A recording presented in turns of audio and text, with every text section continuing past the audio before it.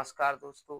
आज हमारी जो क्लास है आयु संबंधी प्रश्न जो आज हम पढ़ेंगे, लेकिन इसमें हम पार्ट 3 के तहत क्या पढ़ेंगे? इसमें पढ़ेंगे जब हमें सवाल में आयु का अंतर दिया गया होता है। इसके पहले हम आयु का अनुपात, आयु का योग पढ़ चुके हैं। आज की जो हमारी क्लास है वो आयु का अंतर है। जैसे कि हम इसका एक सवाल देखते हैं, तो इसका जो सवाल हमें जैसा कि स्क्रीन पर दिख रहा है, क्या लिखा हुआ है सवाल में? सवाल में लिखा हुआ है कि ए तथा बी की आयु का अंतर 16 वर्ष है। हमने पहले भी बताया था कि जो सवाल में दिया गया है ए तथा बी की आयु का योग 16 वर्ष, इससे सवाल हल नहीं होगा। लेकिन इसके बाद वाली जो हमें आगे की लाइन दिख रही है, उसमें लिखा है 6 वर्ष पूर्व ए की आयु बी की आयु से 3 गुनी थी। अर्थात जो लास्ट में लिखा हुआ है, हम सेकंड लाइन से हम सवाल को स्टार्ट करेंगे। यहाँ पर हम लिखेंगे ए तथा बी की आयु, यहाँ लिखेंगे ए, यहाँ लिखेंगे बी, और यहाँ पर हम लिखेंगे 6 वर्ष पूर्व। तो 6 वर्ष पूर्व जो देखें, सवाल में स्पष्ट है कि ए की आयु बी की आयु से 3 गुनी, तो यहाँ पर बी की आयु हम x मानेंगे और ए की आयु को हम 3x मानेंगे। ठीक, अब ये तो हमारी 6 वर्ष पूर्व की आयु थी। अब हम इसको जब वर्तमान में लाएंगे, तो वर्तमान में लाने के लिए हमें 6 जोड़ना होगा। अर्थात यहाँ पर हम 3x धन 6 कर देंगे और यहाँ भी हम x धन 6 कर देंगे। ठीक, क्योंकि दोनों की आयु 6 वर्ष बाद अर्थात वर्तमान में होगी।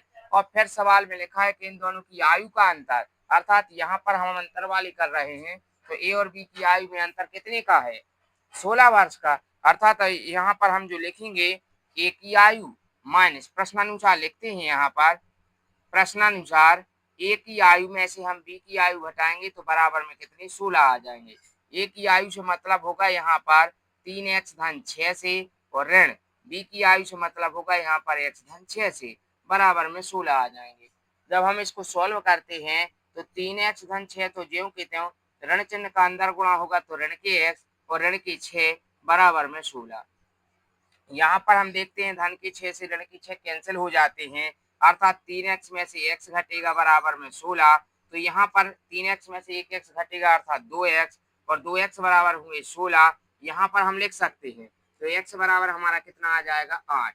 चूंकि 2 यहाँ बटे में चले जाएंगे, जब x का मान हमारा यहाँ पर 8 आ जाएगा, उन्होंने पूछा है सवाल में लिखा हुआ है, तो हमारे प्रत्येक की वर्तमान आयु बताएं, मतलब x का मान हम एक बार यहाँ रखेंगे और एक बार हम यहाँ पर रखेंगे। जब हम x का मान यहाँ पर रखेंगे तो 8 3 x का मान 8 गया चूंकि, तो यहाँ पर रखेंगे तो 8 3 24 होंगे। मतलब चाहे तो आप यहाँ लिख सकते हैं या यहीं पर रखें।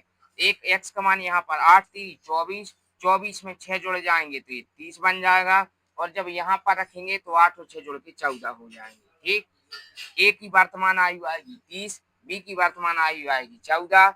सवाल में दिया गया था कि दोनों की आयु का अंतर 16 है, हमारे हिसाब से 16 होगा।